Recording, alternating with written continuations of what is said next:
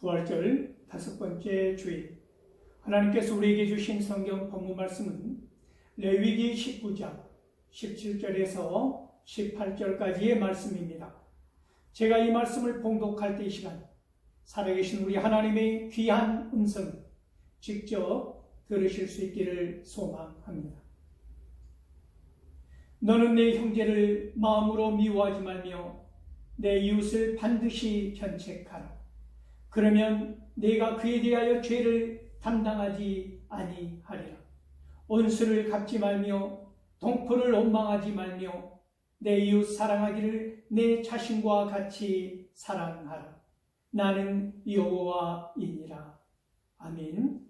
이 본문 말씀을 가지고 내 자신과 같이 사랑하라 라는 제목으로 피차 은혜를 나누고자 합니다.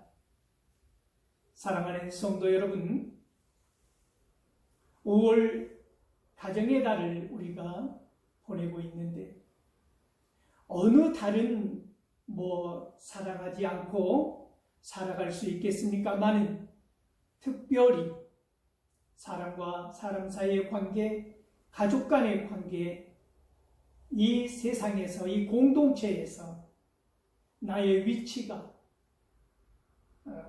피스메이커로 행복을 만드는 사람으로, 사랑을 전하는 사람으로, 사랑을 하는 사람으로 멋지게 이 5월 한 달 보내실 수 있기를 소망합니다.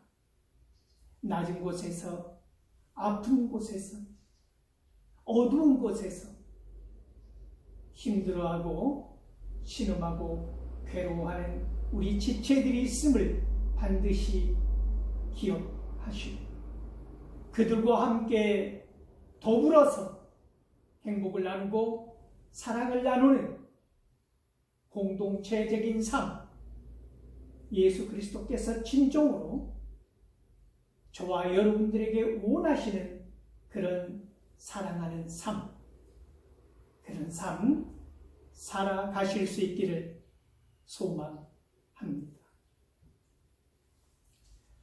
마음은 칼끝과 같아서 그것이 미움과 증오로 겨누기만 하여도 피 흘리지 않아도 깊은 내상, 상처를 남길 수 있는 것입니다.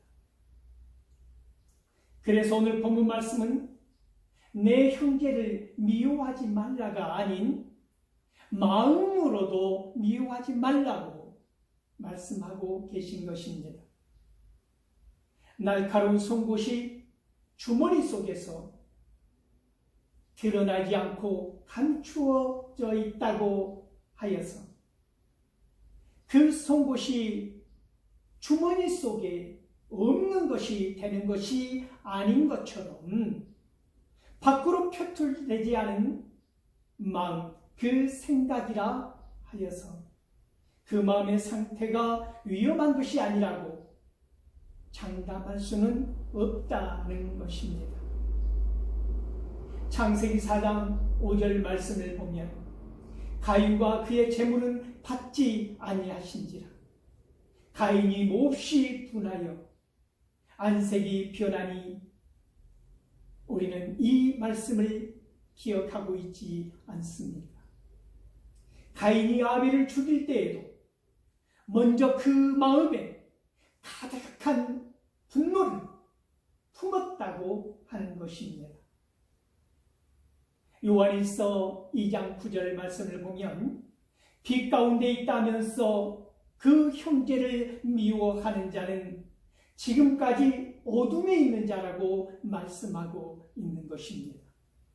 그러므로 요한일서 3장 15절 말씀을 보면 그 형제를 미워하는 자마다 살인하는 자니 살인하는 자마다 영생이 그 속에 거하지 아니하는 것을 너희가 아는 바라고 말씀하시는 것입니다.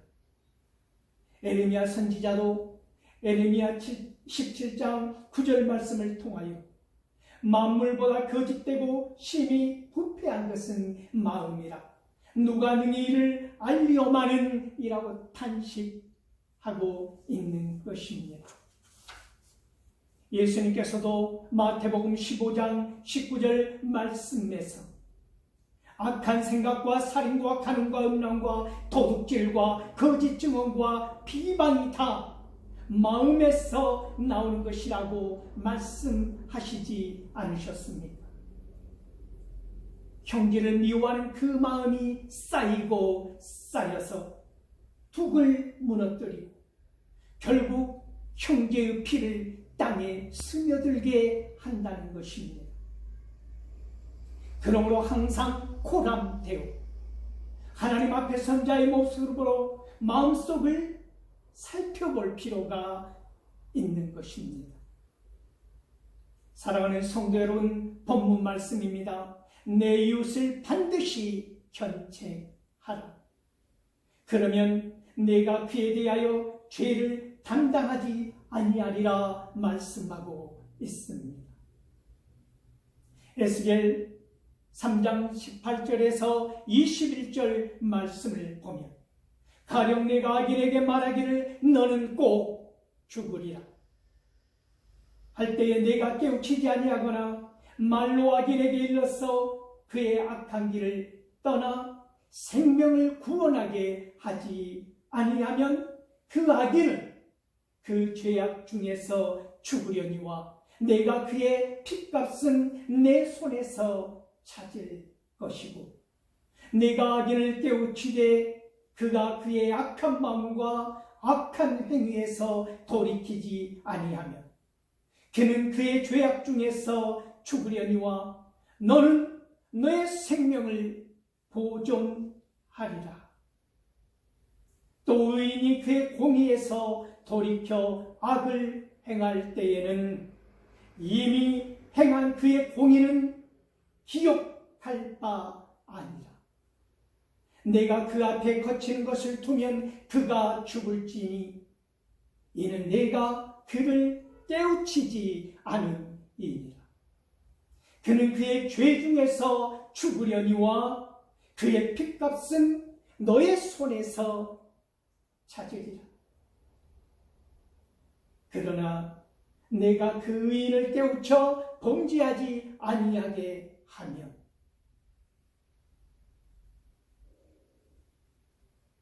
정령 살리니 이는 깨우침을 받으며 너도 내 영혼을 보존하리라.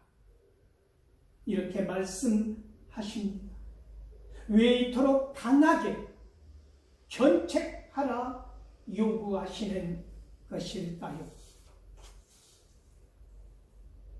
그 사람의 영혼을 살리기 위한 목적이 크다 하겠습니다. 그러나 어디 이뿐이겠습니까? 그 악한 감정을 마음에 쌓아두고 품고 있을 때 일어날 수 있는 모든 위험한 상황들, 감정의 폭발이라거나 상대방을 향한 미움과 증오가 크게 달하여서 마치 가인처럼 살인까지 저지를 수 있는 극한 마음의 상태를 미연에 방지하기 위한 하나님의 긍휼인 것입니다. 그러므로 반드시 행할 것을 요구하고 있는 것이지. 누가복음 17장 3절 말씀을 보면 너희는 스스로 조심하라. 만일 내 형제가 죄를 범하거든 경고하고 회개하거든 용서하라 말씀합니다. 시편 141편 5절 말씀을 보면 의인이 나를 칠지라도 은혜로 여기며 책망을 할지라도 머리에 기름같이 여겨서 내 머리가 이를 거절하지 아니할지라. 그들의 재난 중에도 내가 항상 기도하리로다 말씀하고 있는 것입니다. 사랑하는 성도 여러분, 오늘 본문 말씀입니다. 원수를 갚지 말며 동포를 원망하지 말라 하십니다. 잠언 20장 22절 말씀을 보면 너는 악을 갚겠다 말하지 말고 여호와를 기다리라. 그가 너를 구원하시리라 약속의 말씀을 하고 계십니다. 어떤 방식으로든 스스로 보복하지 말아야 합니다. 긴 세월 동안 형제를, 이웃을 마음 깊이 미워하고 증오심을 키워온 상태라면 조심하셔야 합니다. 반드시 터지고야말 시한폭탄을 가슴에 품고 살아가는 것과 똑같기 때문입니다. 시기와 질투와 증오와 복수심은 사울왕의 비참한 말로처럼 비극적으로 끝날 수밖에 없는 것입니다. 그러므로 여호와를 기다리십시오. 그가 너를 구원하시리라 약속의 말씀을 믿으십시오. 신명기 32장 35절 말씀을 보면 그들이 실족할 그때에 내가 보복하리라. 그들의 환난 날이 가까우니 그들에게 닥칠 그 일이 속히 오리라 말씀하고 있지 않습니까? 모세의 입술을 통하여 하나님은 원수 갚는 일은 하나님의 일임을 분명히 선포하신 것입니다. 히브리서 10장 30절에서 31절 말씀을 보면 원수 갚는 것이 내게 있으니 내가 갚으리라 하시고 또 다시 주께서 그의 백성을 심판하리라 말씀하신 것을 우리가 아노니 살아계신 하나님의 손에 빠져 들어가는 것이 무서울진저라고 말씀하고 있지 않습니까? 로마서 12장 17절에서 21절 말씀을 보아도 아무에게도 악을 악으로 갚지 말고 모든 사람 앞에서 선한 일을 도모하라. 할 수 있거든 너희로서는 모든 사람과 더불어 화목하라. 너희가 친히 원수를 갚지 말고 하나님의 진노하심에 맡기라 기록되었으되 원수를 갚는 것이 내게 있으니 내가 갚으리라고 주께서 말씀하십니다. 내 원수가 줄이거든 먹이고 목마르거든 마시게 하라. 그리함으로 내가 숯불을 그 머리에 쌓아 놓으리라. 악에게 치지 말고 선으로 악을 이기라 말씀하신 것입니다. 스스로 원수를 갚는 것은 악에게 지는 것입니다. 사탄의 계략에 빠지는 것입니다.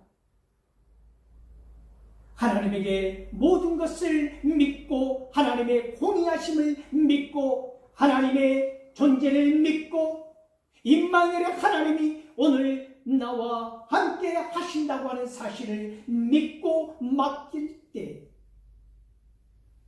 비로소 선으로 악을 이긴다고 하는 것입니다.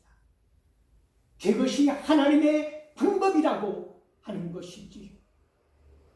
그것이 하나님께서 우리에게 간절히 요구하시는 방법이라고 하는 것입니다. 에레미야 3장 12절 말씀을 보면 너는 가서 북을 향하여 이 말을 선포하여 이르라. 여호와께서 이르시되 배역한 이스라엘아 돌아오라. 나의 노한 얼굴을 너희에게로 향하지 아니하리라. 나는 긍휼이 있는 자라. 노를 한없이 품지 아니하느니라. 여호와의 말씀이니라. 이 은혜의 말씀을 하고 계시는 것입니다.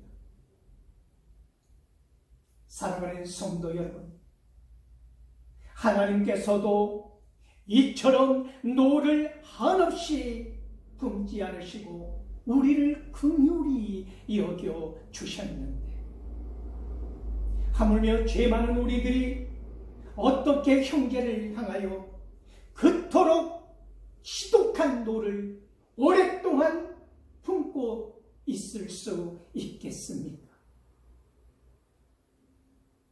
데살로니가전서 5장 15절 말씀입니다. 삼가 누구에게든지 악을 악으로 갚지 말게 하고 서로 대하든지 모든 사람을 대하든지 항상 선을 따르라 말씀합니다. 베드로전서 3장 9절 말씀을 보면 악을 악으로 욕을 욕으로 갚지 말고 도리어 복을 빌라. 이를 위하여 너희가 부르심을 받았으니 이는 복을 이어받게 하려 하심이라 말씀하고 있습니다. 도리어 복을 빌라는 것입니다. 악을 악으로 욕을 욕으로 똑같이 갚지 말라고 말씀하는 것입니다.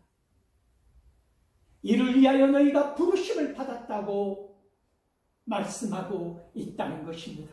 사랑하는 성도 여러분, 오늘 본문 말씀 18절 내 이웃 사랑하기를 내 자신과 같이 사랑하라 나는 여호와이니라, 이렇게 이 말씀을 보면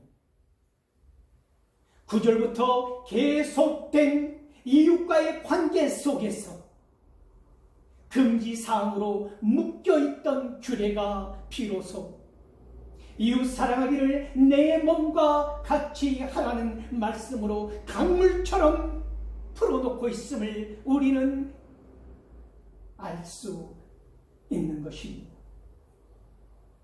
마태복음 22장 37절에서 40절 말씀을 보면 예수께서 이르시되 내 마음을 다하고 목숨을 다하고 뜻을 다하여 주 너의 하나님을 사랑하라 하셨으니 이것이 크고 첫째 되는 계명이요 둘째도 그와 같으니 내 이웃을 내 자신과 같이 사랑하라 하셨으니 이 두 계명이 율법과 선지자의 강령이니라 말씀하고 있지 않습니까?